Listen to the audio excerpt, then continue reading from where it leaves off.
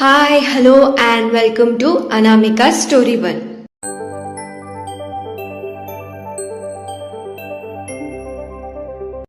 ఇవాళ మనం వినబోయే కథ మీరా, చాప్టర్ 77. ఆలస్యం చేయకుండా కథలోకి వెళ్ళిపోదాం. రాజీ అన్న మాటలకి బాధపడిన గౌతమ్ తన రూమ్లోకి వచ్చాడు. అప్పుడే తనకి వినయ్ కాల్ చేసి వాళ్ళ అక్క ఊరి గురించి అడిగాడు. ఇప్పుడు తర్వాత అది కొద్ది రోజుల తర్వాత హైదరాబాద్కి వస్తున్న మాయాని తీసుకొని అక్కడ అమ్మ వాళ్ళు ఏమంటారో అని మాయ తెగ భయపడిపోతుంది. అమ్మ వాళ్ళను కలిసి నీ దగ్గరికి తీసుకువద్దామని, కొంచెం ఊరు అంటున్నావు కదా, తనకి కూడా చేంజ్ ఓవర్ ఉంటుందని. అక్కడ ఉండటానికి ఏమైనా ఏర్పాట్లు ఉన్నాయా? హోటల్ కానీ లేదా ఇంకేమైనా కానీ ఉన్నాయా అని అడిగాడు వినయ్. ఓ అవునా, సరే అయితే నేను బావని కనుక్కొని చెప్తారా, నాకు ఇక్కడ అంతగా తెలియదు అని అన్నాడు గౌతమ్. అవునా, సరేలే అయితే అని అన్నాడు వినయ్. అవును, ఇంతకీ ఆ కేసు ఏమైంది అని అడిగాడు గౌతమ్. మీరా చెప్పినట్లు ట్రీట్మెంట్ ఇస్తున్నారా? ఆ అమ్మాయి వాళ్ళ బామ్మ గురించి కొన్ని విషయాలు చెప్పడం మొదలుపెట్టింది అని అన్నాడు వినయ్. గుడ్, ఇంతకీ మాయ ఎలా ఉందిరా అని అడిగాడు గౌతమ్. నీ మీద చాలా కోపంగా ఉన్నా అని మాయా గొంతు వినిపించింది గౌతమ్కి. రే, ఫోన్ స్పీకర్లో పెట్టడం ఎప్పుడు ఆపుతావురా నువ్వు అని అన్నాడు గౌతమ్. నా దగ్గర దాచేవేమీ లేవురా, అది మాయా దగ్గర దాచేవి అసలు ఏమీ లేవు అని అన్నాడు వినయ్. వాడితో ఏంట్రా మాట్లాడుతున్నావు, నాతో మాట్లాడు, నేను కదా నీ మీద కోపంగా ఉన్నది అని అంది మాయా. ఎందుకు కోపంగా ఉన్నావు మాయా అని అడిగాడు గౌతమ్. ఇండియా వెళ్ళి ఇన్ని రోజులవుతుంది, నాకు ఒక ఫోన్ చేయాలని కూడా నీకు అనిపించలేదారా? వీడితోనే మాట్లాడతావు, అది కూడా వీడు ఫోన్ చేసినప్పుడే. మాకు ఫోన్ చేయాలన్న ఇంగిత జ్ఞానం కూడా లేదా నీకు అని కోపంగా అంది మాయా.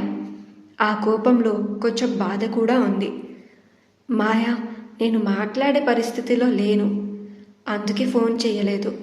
కానీ ఇక్కడికి వచ్చాక ఒక ఇంట్రెస్టింగ్ పేషెంట్ తగిలింది, దాంతో అని అంటూ ఆగిపోయాడు గౌతమ్. దాంతో మళ్ళీ పాత గౌతమ్ లాగా మారిపోయాం అంతేనా అని అడిగింది మాయా. అవునరా, ఎవరు ఇంతకీ ఆ పేషెంట్? ముందు ఫోన్ చేసినప్పుడు కూడా ఇదే మాట అన్నావు అని అడిగాడు వినయ్. నీకు సొల్యూషన్ ఇచ్చింది కదా, తానే అని అన్నాడు గౌతమ్. ఏంటి, మీరానా?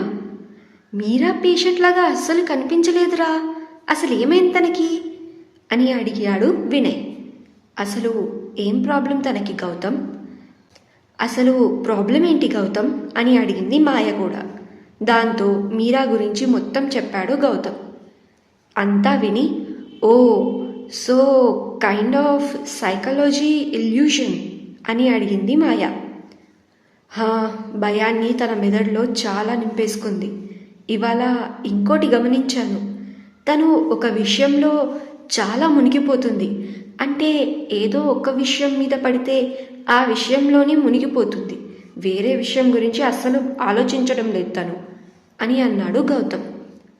ఇది మంచిదే కదా గౌతమ్, తనకి కాన్సన్ట్రేషన్ పవర్ ఎక్కువ ఉంది అని అంది మాయ. మంచిదే మాయా, కానీ తను భయంలో కూడా అలానే పడిపోతుంది. కొంచెం ఏదన్నా శబ్దం వచ్చినా చాలా ఎఫెక్ట్ పడుతుంది తనకి, దాన్ని ఎలా పోగొట్టాలో అర్థం కావట్లేదు అని అన్నాడు గౌతమ్. సింపుల్ గౌతమ్, తనలో ఆసక్తి పెంచు, తెలుసుకోవాలన్న జిజ్ఞాస పెంచు, అప్పుడు భయం ఎందుకు వస్తుందో అని తెలుసుకోవాలన్న జిజ్ఞాస కూడా తనలో ఎక్కువ అవుతుంది అని అంది మాయ. యు ఆర్ రైట్ మాయా అని అన్నాడు గౌతమ్. ఇప్పుడు ఏం ట్రీట్మెంట్ ఇస్తున్నావు తనకి అని అడిగింది మాయ. ప్రస్తుతానికి కొత్త వాళ్ళు ఎవరినైనా చూసినా భయపడుతుంది, అందుకే తన కమ్యూనికేషన్ స్కిల్స్, అలాగే వేరే వాళ్ళతో మాట్లాడడం, పనులు చేయడం, కొన్ని విషయాలు తెలుసుకోవడం, ఇలాంటివన్నీ తనకి నేర్పించమని సలహా ఇచ్చాను. అది మనం కూడా చేస్తున్నామనుకో అని అన్నాడు గౌతమ్. దాట్స్ గుడ్, తను పాజిటివ్గానే రియాక్ట్ అవుతుందా అని అడిగింది మాయ. చాలా పాజిటివ్గా రియాక్ట్ అవుతుంది. కానీ నాకు తెలియని ఇంకో విషయం ఏంటంటే తన పాజిటివ్ రియాక్షన్ నేను మాత్రమే చూడగలుగుతున్నా, ఇంకెవరూ చూడటం లేదు. అది నేను డాక్టర్ అవ్వడం వల్ల లేదంటే మీరా నా దగ్గర మాత్రమే అలా ఉంటుందో నాకు అర్థం కావట్లేదు అని అన్నాడు గౌతమ్. అంటే అని అర్థం కాక అడిగింది మాయ.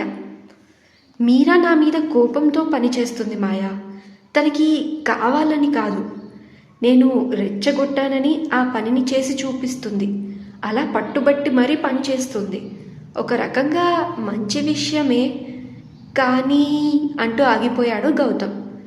కానీ ఏంటి గౌతమ్, ఒక డాక్టర్గా నువ్వు చేయాల్సింది చేస్తున్నావు అని అంది మాయ. అది కూడా నిజమే, కానీ మీరా ఉన్న పరిస్థితులు చాలా వేరుగా ఉన్నాయి మాయా. తనని పరిస్థితుల నుంచి ఎలా బయటకు తీసుకురావాలో అర్థం కావట్లేదు. పైగా వచ్చే వారం తనకి నిశ్చితార్థం. అప్పటి వరకు తనని బాగు చేయాలి. అట్లీస్ట్ ఒక 75% అయినా నార్మల్ అయ్యేలా చేయాలి. పెళ్ళి వరకు 25% నయం చేయొచ్చు అని అన్నాడు గౌతమ్. 1 వీక్లో ఇంపాసిబుల్ గౌతమ్ అని అంది మాయ. పాసిబుల్ మాయా, నువ్వు మీరాని చూడలేదు, మీరాతో మాట్లాడలేదు, సో తన గురించి నీకు తెలియదు. వినయ్ని అడుగు అని అన్నాడు గౌతమ్. తన గొంతులో ఏదో తెలియని ఫీలింగ్ మాయాకి బాగా అర్థమైంది. కానీ గౌతమ్ గురించి తెలిసి తను అనుకున్న ఆ డౌట్ని అడగలేకపోయింది. అవును మాయా, మీరాని 1 వీక్లో నయం చేయొచ్చు. తనలో ఆ లక్షణాలు చాలా ఉన్నాయి. కాకపోతే ఇప్పుడు తన ఫోకస్ మొత్తం గౌతమ్ మీద ఉంది.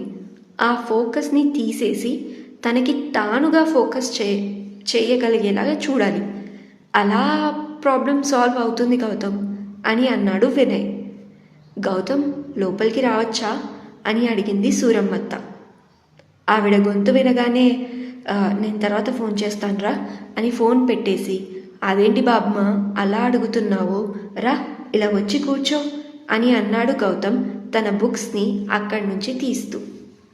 సూరమ్మత్త లోపలికి వచ్చి తన చేతిలో ఉన్న సున్నుండ డబ్బా ఇస్తూ, ఇవంటే నీకు చాలా ఇష్టమంట కదా, వైదేహి చెప్పింది అని అంది. అవును, కానీ మీరెందుకు తీసుకొచ్చారు బామ్మ అని ఆవిడ పక్కనే వచ్చి కూర్చొని అడిగాడు గౌతమ్. ఇందాక రాజీ అన్న మాటలు చాలా నొచ్చుకొని ఉంటాయి కదా అని తల నిమురుతూ అడిగింది సూరమ్మత్త. గౌతమ్ గట్టిగా ఊపిరి పీల్చుకొని, పర్లేదులే బామ్మ, నేను అది మర్చిపోయాను అని అన్నాడు. నువ్వు మర్చిపోయావు, కానీ మీరా మర్చిపోలేదు. గౌతమ్ చాలా బాధపడుతున్నాడు బామ్మ అనుకుంటూ నా దగ్గరికి వచ్చింది అని అంది సూరమ్మత్త. మీరానా అని కన్ఫ్యూజన్లో అడిగాడు గౌతమ్. ఒక ఆశ్చర్యం కూడా తనకి ఉంది. మరి మీరాకి బాగవుతుందా? గౌతమ్ 1 వీక్లో మీరాని బాగు చేయగలుగుతాడా? మీరాకి గౌతమ్ మీద కోపమా, పగ, లేదా ఇంకేదైనానా? తెలుసుకుందాం నెక్స్ట్ అప్డేట్స్లో. వింటూనే ఉండండి మీరా, మీ అనామిక స్టోరీ వరల్డ్ ఛానల్లో మీ అనామికతో. ఈ స్టోరీ మీకు నచ్చితే ప్లీజ్ డూ లైక్, అలాగే ఈ వీడియోని మీ ఫ్రెండ్స్ అండ్ ఫ్యామిలీకి షేర్ చేయండి అండ్ ఛానల్ని సబ్స్క్రైబ్ కూడా చేసుకోండి. మీరు ఈ స్టోరీని పూర్తిగా చదవాలి అనుకుంటే డిస్క్రిప్షన్లో లింక్ ఉంది, దాని మీద ప్రెస్ చేసి స్టోరీని పూర్తిగా చదివేయండి. ఈ ఒక్క స్టోరీ మాత్రమే కాదు, త్వరలో ఇంకా స్టోరీస్ రాబోతున్నాయి. వాటిని కూడా మీరు చదవాలి అనుకుంటే ఆ లింక్లోనే అన్ని స్టోరీస్ అవైలబుల్గా ఉన్నాయి, చదివేసేయండి. Thank you so much for listening. Bye bye.